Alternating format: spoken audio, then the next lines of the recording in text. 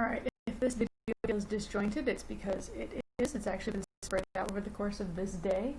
It has not been a good Skylar day, but what are you going to do? We're going to get this recorded anyway. So, wrapping up or summarizing, just for, frankly, my benefit more than anyone else's, what we just finished doing is talking about how to convert from moles of one thing to moles of another thing using a balanced chemical equation and the coefficients of that equation specifically.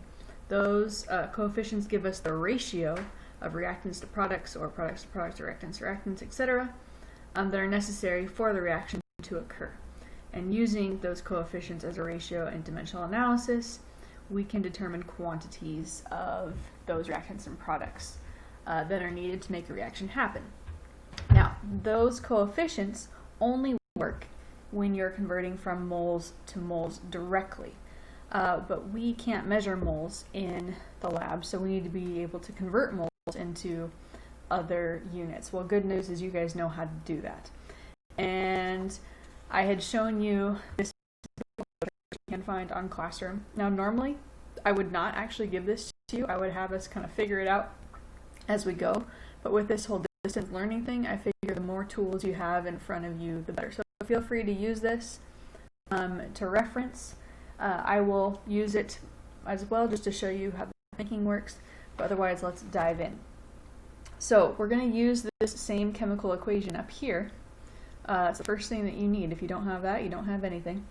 But we're going to solve some more advanced problems. So this time we are being asked if we have 25 grams of butane and they are burned, how many grams of water are made or produced?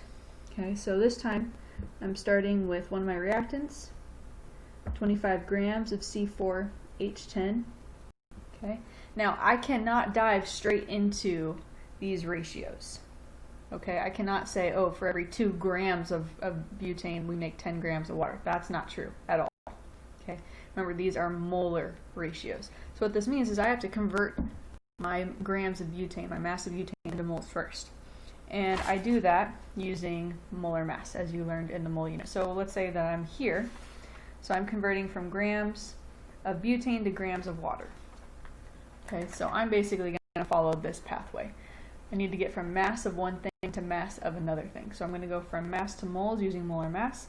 Then I will use the coefficients to convert to my other substance, and then I'll use its molar mass to get back into grams of that thing. Okay, so I've got 25 grams of butane. The molar masses for all of these substances are written right up here, just so you know. Butane's is 58.12 grams per mole. And now I'm all primed and ready to go to use these coefficients. Quick side note, notice that I did not use the coefficient here in the molar mass. The only time you use these coefficients is in this next step when you're converting from moles of one thing to moles of the other. So my reaction says for every 2 moles of butane that I react, I'm going to produce 10 moles of water. Now I can't stop there because I'm being asked for the mass of water that is produced. So grams of C4H10 are gone, moles of C4H10 are gone, now I'm in moles of water, and I can use the molar mass of water to convert that to mass. And that is, of course, 18.01 grams per mole. Okay, so if I have 3 sig figs, 1, 2 times 10 divided by 2 times 18.01, that should be 38.7 grams of water. Okay. Now, just to confirm to you, notice this 25 to 38.7, that's clearly not a 10 to 2 ratio. Because these different kinds of atoms have different masses. We've talked about that before, so that's why we have to go through this quantity portion before we convert back into masses, which can be measured in a lab. Similarly, we can do the same thing with something like volume, as long as we're talking about the volume of a gas. So this question is asking how many liters of oxygen are needed to produce 50 grams of carbon dioxide. So here we're working backwards. I know how much I produced. Now I'm working backwards and asking how much did I use up of the oxygen.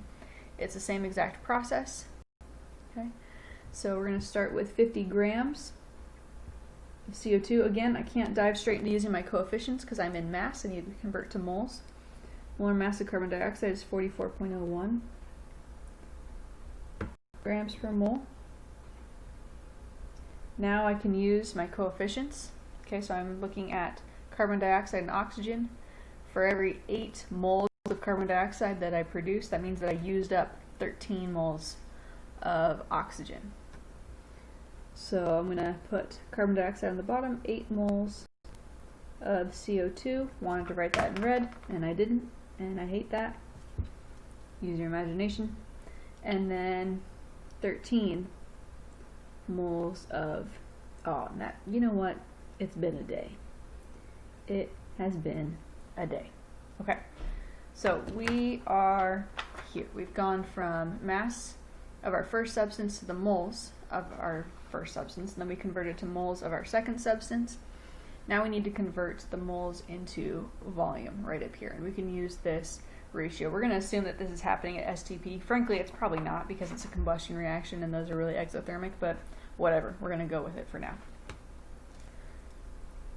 Okay, so I know at STP, pretend, every 1 mole of a gas is going to occupy 22.4 liters.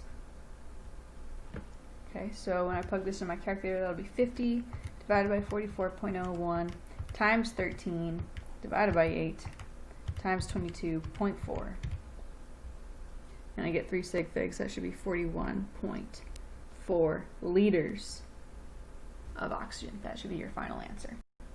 Okay, so hopefully you're seeing that you can take really any pathway here, but this is the crux of the matter right here. This is your bridge. This is what takes you from one substance to the next. So this is the very necessary step. From there you can go, well, anywhere you need to. Okay, here's another example where we're dealing with molecules. So we have 2.0 times 10 to the 24th molecules. I hate writing out molecules, but I do it. C4H10.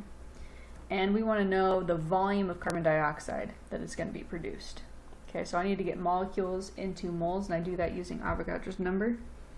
So that's going to be 6.02 times 10 to the 23rd molecules of C4H10 per 1 mole.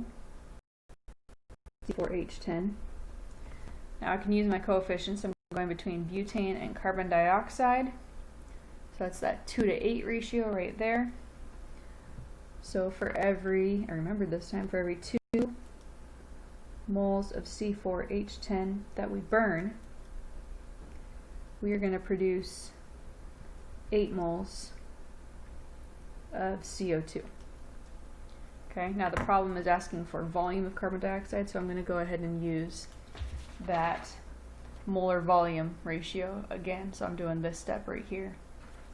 So if I have 1 mole of CO2 at STP, that's going to be 22.4 liters of volume. Okay, remembering our E button, of course, 2.0 times 10 to the 24th divided by, I have a dumb calculator where we have to use parentheses and it angers me, divided by 6.02 times 10 to the 23rd, and then we multiply by that ratio, so 8 over 2 times 22.4 for our molar volume. And I got, if I didn't mess that up, and who knows, let's see, that would be 300 with sig figs, but it has to be 2 sig figs, so 3.0 times 10 to the 2nd liters of carbon dioxide. Okay, one last example. How many atoms, and I wrote that in caps for a reason, atoms of oxygen, and I'll just give you the hint right here, not molecules, of oxygen are needed to produce 45 grams of carbon dioxide. Okay, so let's say I've got 45 grams of carbon dioxide. When in doubt, people always convert to moles. No matter where you're at, if you're stuck on a problem and you have something other than moles, convert to moles and then reassess. Usually a solution will present itself. So that's what I'm going to do now, even though I know my pathway. So 44.01 grams of carbon dioxide. That's 1 mole of carbon dioxide, and I am converting from carbon dioxide to oxygen. So again, that 8:13 ratio, I think I've used that already in a problem, but that's fine. So for every 8 moles of carbon dioxide that were produced, it means that I consumed 13 moles of oxygen. Okay. Now I'm going for atoms of oxygen. Note that O2 is a molecule. Okay, so I'm going to have to convert my moles of O2 to molecules of O2 using Avogadro's number. And then I need to break that molecule down into individual atoms using the atomic ratio. Okay, so there are 6.02 times 10 to the 23rd molecules of O2 in 1 mole of O2. Okay, and then I need to say, all right, in 1 molecule of O2, there are 2 atoms of oxygen. So there's that atomic ratio. Okay, and that's what gets you, that takes the molecule of O2 and breaks it down into individual atoms. All right, so 45 divided by 44.01 times 13 divided by 8 times 6.02 times 10 to the 23rd times 2 would mean we had 2 times, oh, sig figs, yeah, sure, 2.00 times 10 to the 24th atoms of oxygen.